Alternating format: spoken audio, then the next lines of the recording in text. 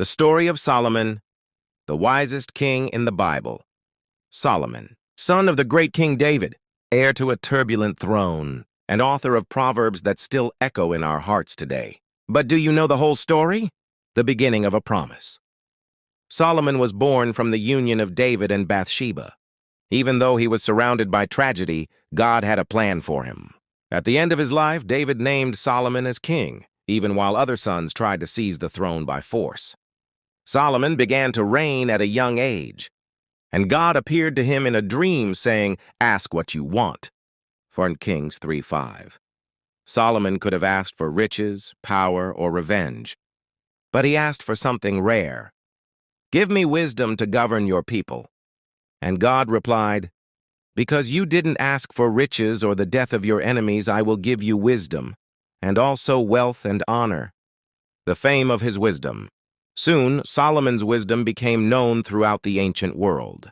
One of the most famous cases was the judgment of two women disputing a baby. Solomon suggested cutting the child in half, and immediately the real mother revealed herself. The king's justice spread across the nations. He wrote thousands of proverbs and songs. He built the greatest temple in Israel's history, Solomon's temple made of gold, precious stones, and cedars from Lebanon. He ruled with peace, prosperity, and order. Israel was never so wealthy.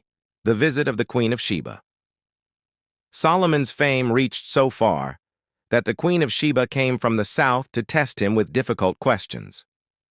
After hearing his wisdom and seeing his court, she said, "Not even half was told to me." Solomon became a global symbol of wisdom and glory. But the spiritual decline. Over the years, Solomon drifted away from God. He had 700 wives and 300 concubines, many from pagan nations. These women led him to worship other gods like Ashtoreth and Molech. Despite all he knew, even after hearing the voice of God, Solomon divided his heart. And that brought consequences. God declared the kingdom would be divided after his death. A final lesson from an old king. In his later years, Solomon wrote the book of Ecclesiastes. There we see a repentant, reflective man, and he leaves us with a piece of advice that still echoes today. Everything is meaningless. Fear God and keep his commandments, for this is the duty of all mankind.